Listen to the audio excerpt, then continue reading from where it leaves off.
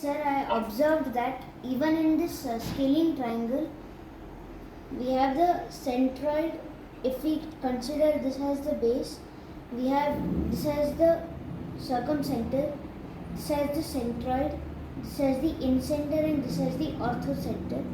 I observed that the circumcenter is at the top, followed by the centroid, followed by the incenter, and then the orthocenter.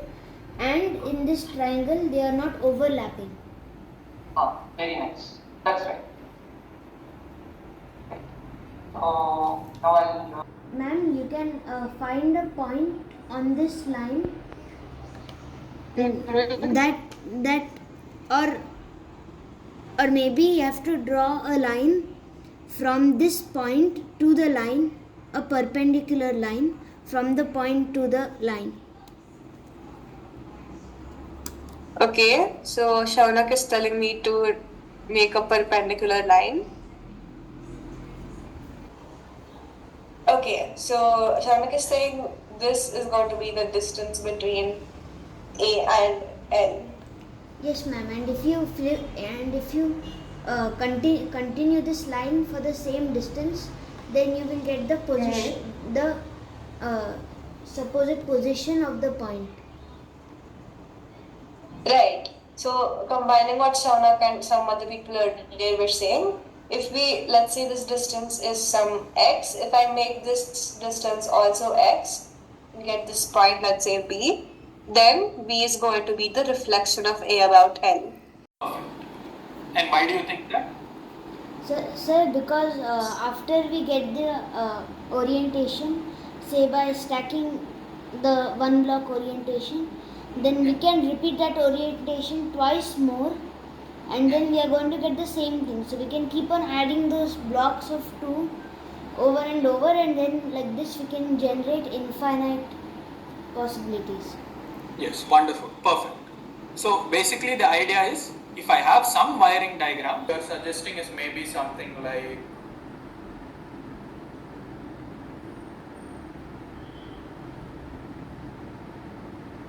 Exactly.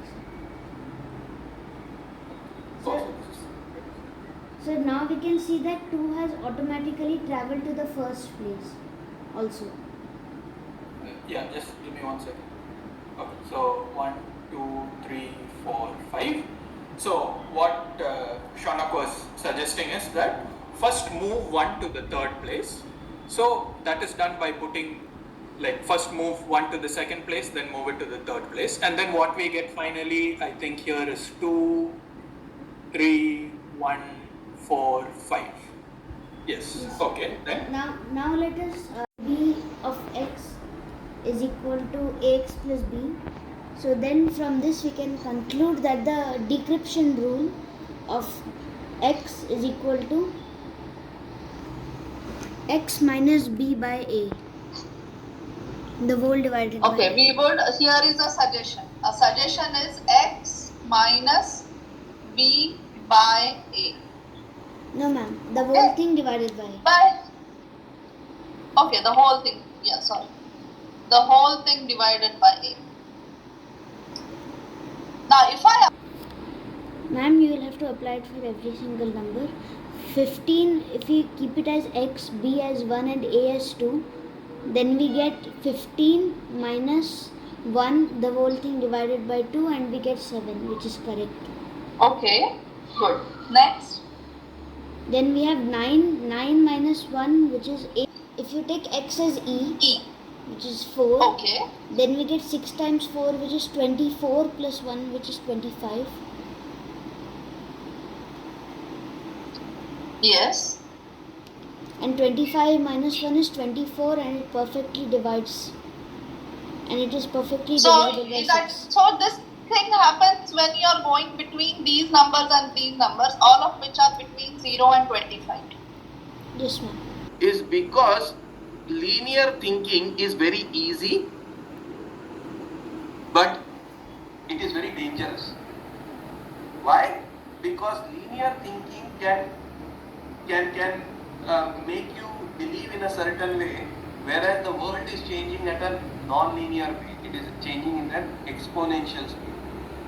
So how to develop this exponential thinking is something that you should learn in your coming years. Imagine that I'm having this triangle. I'll spotlight it so that everyone can see.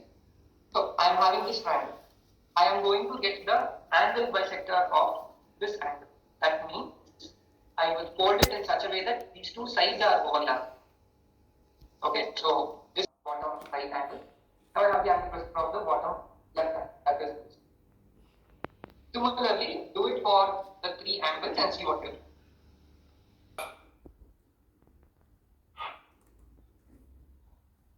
Okay. So with compound interest, your money grows faster because each year you earn interest on the interest. Correct? And it's an incentive for keeping your receipt. So interest receivable is paid by you to the bank. Okay? So interest receivable is the money